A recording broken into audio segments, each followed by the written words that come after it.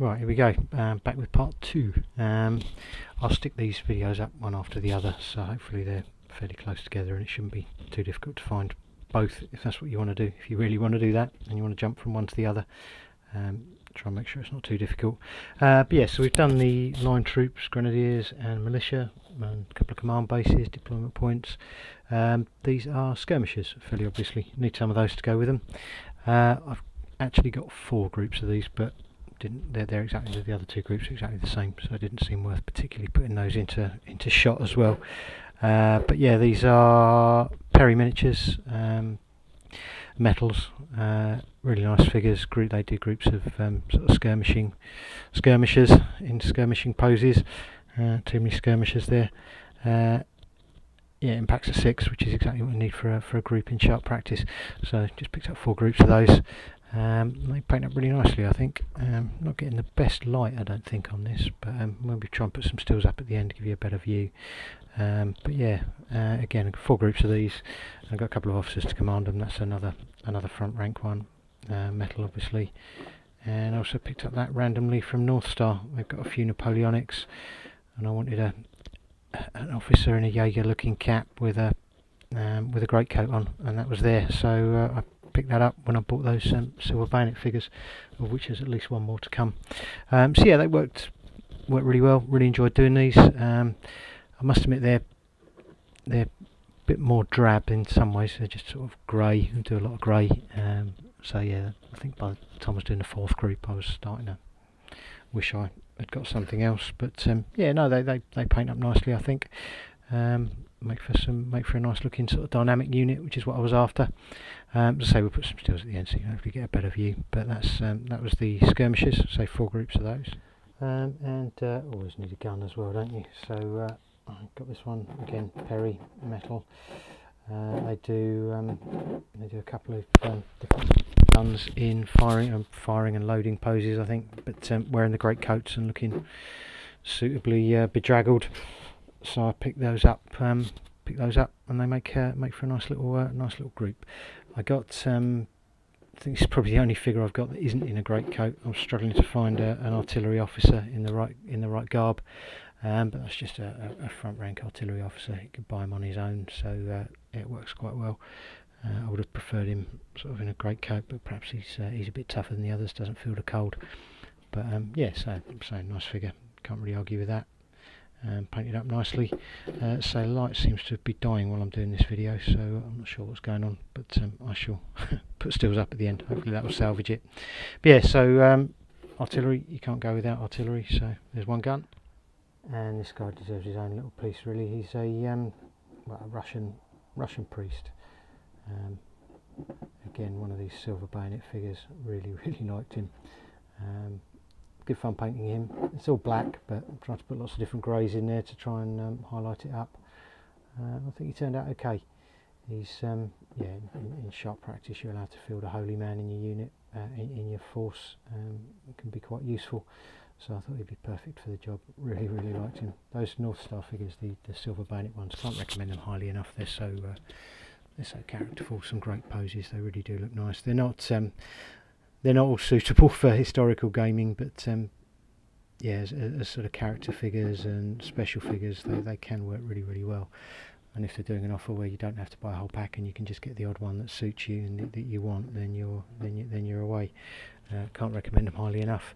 The other thing, if anyone's interested in what I use for basing, so I didn't want to just cover the bases completely in snow. I wanted to try and make it a bit more interesting and have some sort of, so as though it's melting, so there's some ground showing through underneath. And what I put underneath was that. I had a box of it sitting around in my cupboard. I've had it for ages. So I used that underneath. And then on top of that, obviously not everywhere, but I put patches of that, which is Battlefield Snow by Army Painter, which is actually really good. It worked really well. Obviously I didn't put it over the entire base, just sort of dabbed down some glue in various places. and sprinkled that on top, and it seems to work pretty well for snow, I think. You can see there's a few brown flecks in there. It doesn't come with that.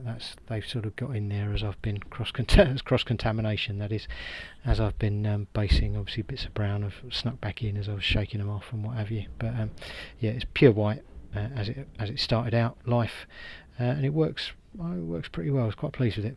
I saw lots of videos, lots of different ways of doing it, but that seemed to be a fairly simple and effective way to me. So that's what I did. I've got some tufts on there as well. I picked those up at Salute last year, and they're TT Combat, I believe they call them, winter tufts, fairly simply. So if you have a look, there's clearly some grass going on under there, but it seems to have frosted as well, so it looks, I think it fits in pretty well. I didn't put flowers in and what have you, because it didn't really seem fitting with the winter theme. But yeah, I did want to spice it up with something more interesting. So yeah, the tufts do the job.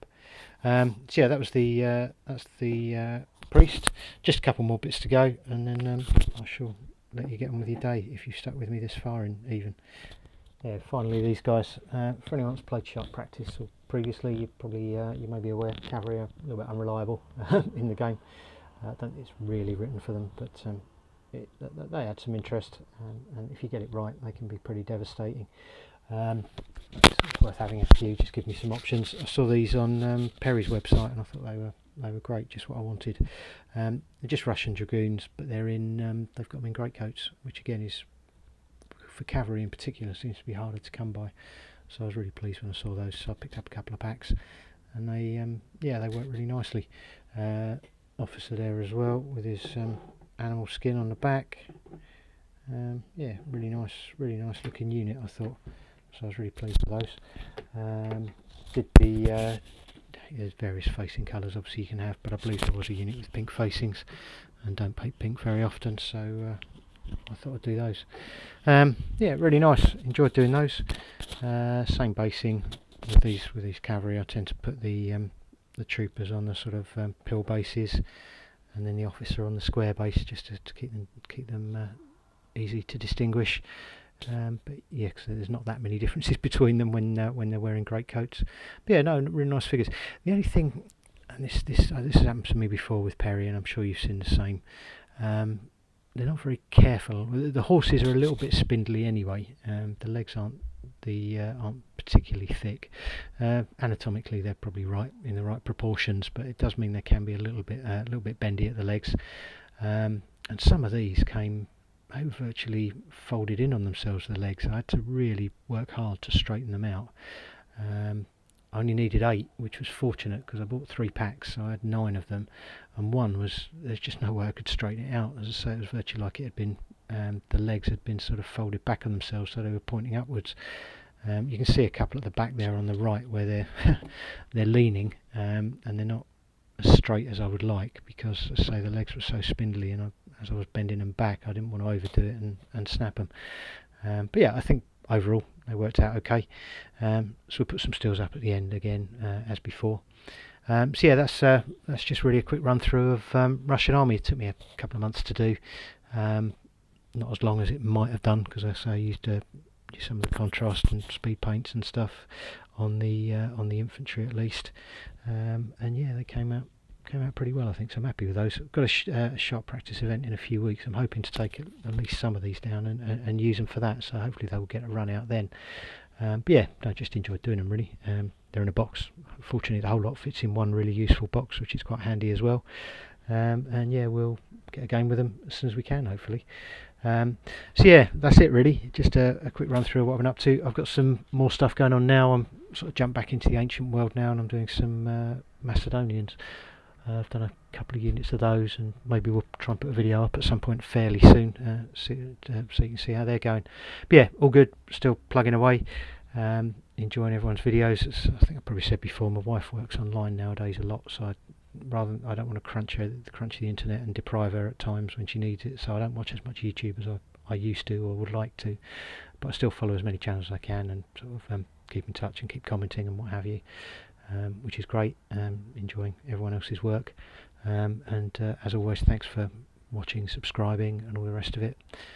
Really appreciate that, and I shall cut out on that note, I think. Put some stills, and I'll speak to you again another time soon. But in the meantime, take care, look after yourselves. All the best. Take care.